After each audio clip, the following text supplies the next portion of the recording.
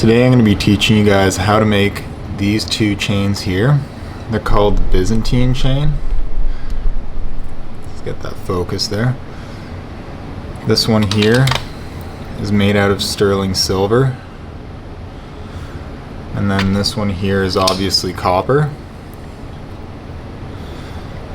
And get it to focus on it here. There we go. So for today's video, we're going to be making it out of copper. And the same technique obviously applies to sterling silver, steel wire, brass, whatever it is that you want to use. And we're going to be using a roll of 18 gauge wire. You can get this either at a hardware store or on Amazon. Then you're also going to need some of these metal dowels. And these are what you're going to use to make your jump rings. And I also like to use a drill so that I can just put the wire onto the metal dowel and it'll roll for me. Along with that, you're going to also want to have some of these pliers, either a pair of flush cutters like these, or preferably a jeweler's saw, but depending how serious you are about this, these flush cutters can work just fine. So let's get started. So to start off, I'm using a 4.3 millimeter dowel. You can see that right there. 4.4, 4.3. And all that we're gonna do is take our copper wire, put it onto the drill like so. I just wedge it in there like that. And then all you have to do is roll it.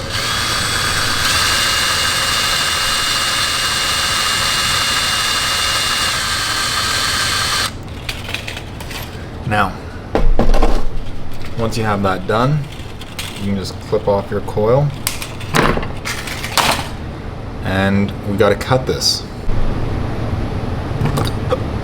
So for cutting this, you can use these flush cutters. They work just fine. The only thing is, you can see here, I'm going to zoom in a bit, this side is flush. Now the other side is angled, so one side of the jump ring will be nice and flush while the other is angled. So it won't be the perfect flush fit, but it'll still make a really nice bracelet. Now what I use is my jeweler's saw, because this makes things way cleaner. Using a thin blade on here, and it'll cut perfectly flush. Now a big tip when using a jeweler's saw for cutting jump rings is by using a burr knife. I use this by Rio Grande. You can also use beeswax, that works just fine. All you gotta do, put a little bit on the saw blade and then start cutting your jump rings. I like to use my bench pin because it creates a very nice solid platform for me to cut on, and you just wedge it on here, find the right place, and just start slow. Let the saw do the work.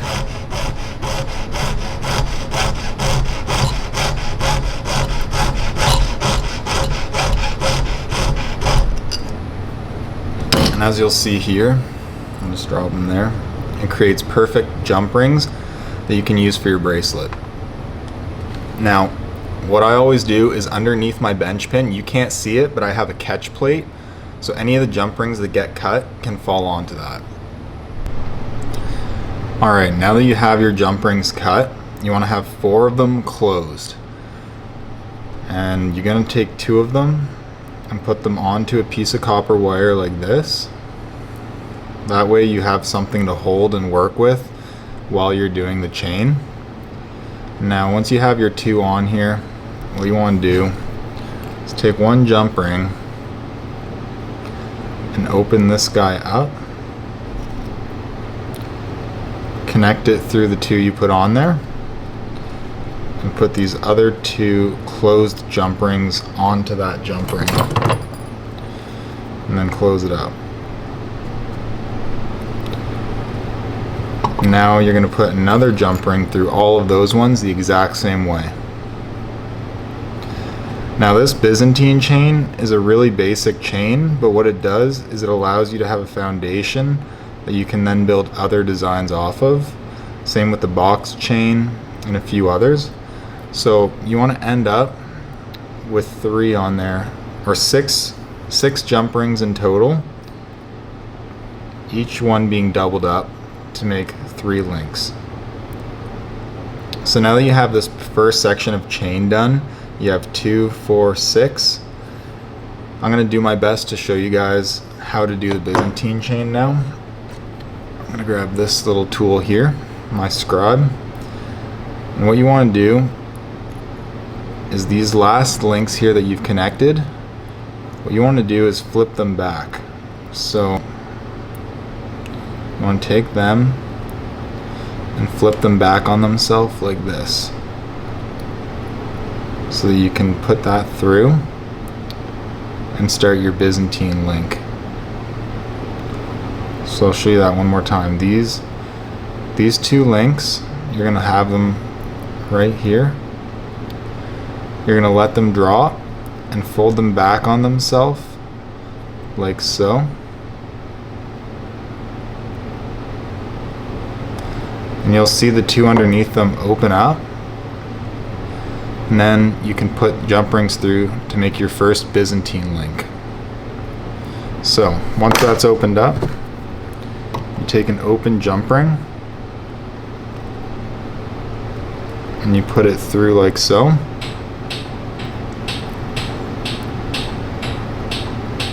And you close this up.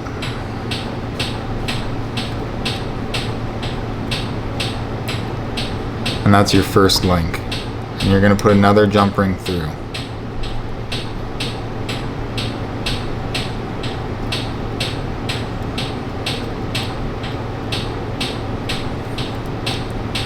Like so.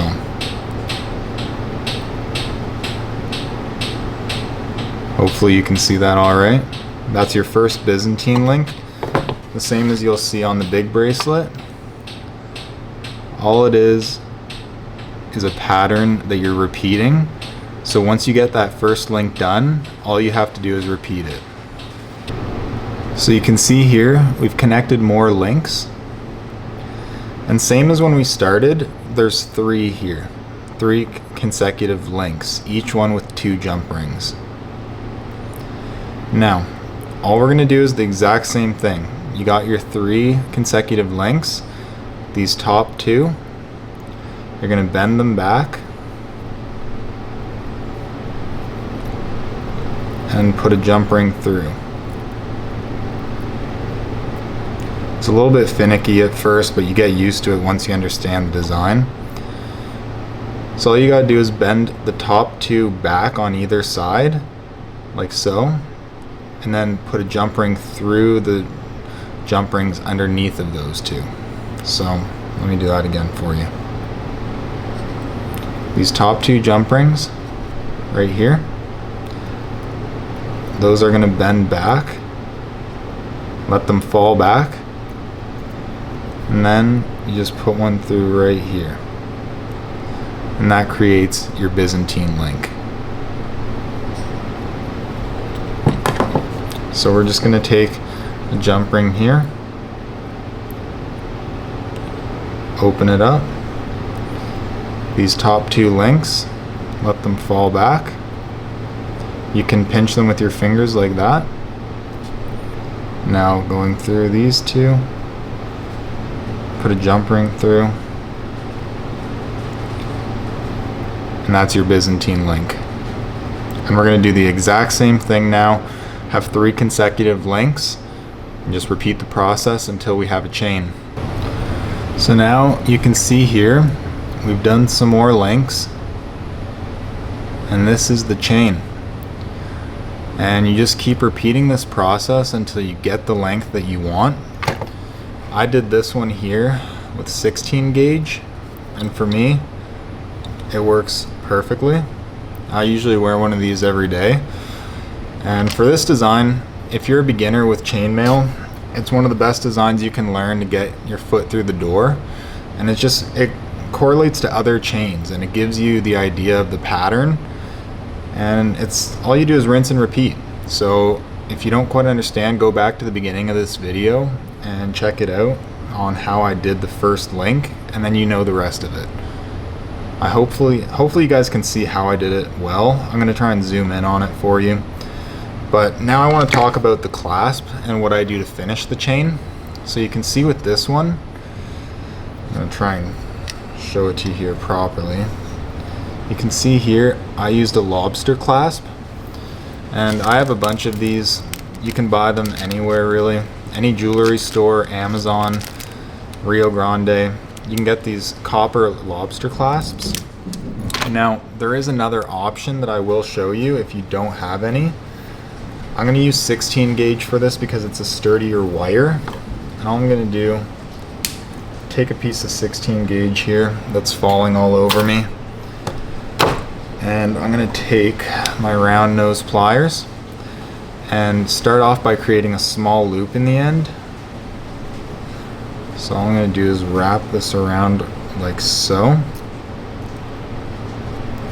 So there's a small loop. You can kind of see that there. Now I'm going to use the round part of this and bend it back around like so.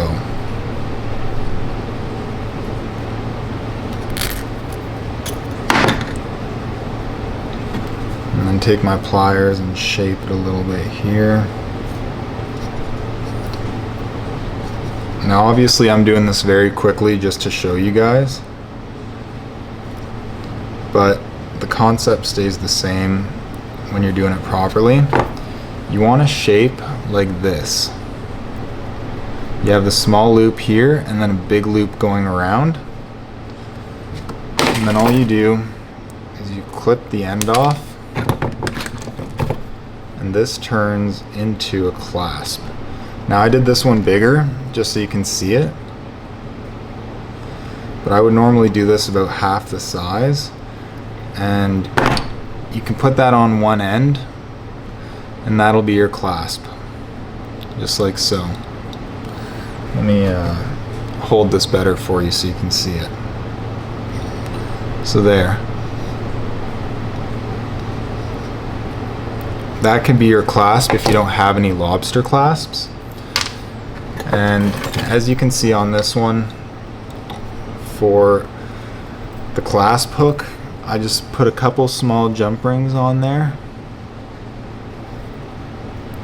And here, let me get this to focus properly. There. You can just see there's a couple small jump rings on the end, and you can just fasten the clasp to those, and it works just fine. Now, this is just a bit of a DIY Byzantine bracelet. When I'm selling these out of sterling silver, I do some different things for the clasps, and I do things a little bit more tidy, obviously. But for a copper bracelet that you can wear at home and that you can make for yourself or friends, this design works perfectly. It's a nice thick bracelet. For something like this one that we did today, if I was to make it for myself, this one's a bit more delicate, so I would probably use either thicker gauge wire or a smaller dowel. The 4.4 was a little bit big. I would probably go down to a 4mm, 3.8, and that would tighten this chain up significantly and make it a bit more dense. But that's how you do the Byzantine link, and hopefully this helped you guys. I'm going to be bringing out some more complicated designs. I just wanted something that you can use as a foundation to begin making chainmail. So stay tuned for the new designs coming out, more complicated designs, and hopefully you guys enjoyed this video. Let me know what you think in the comments below.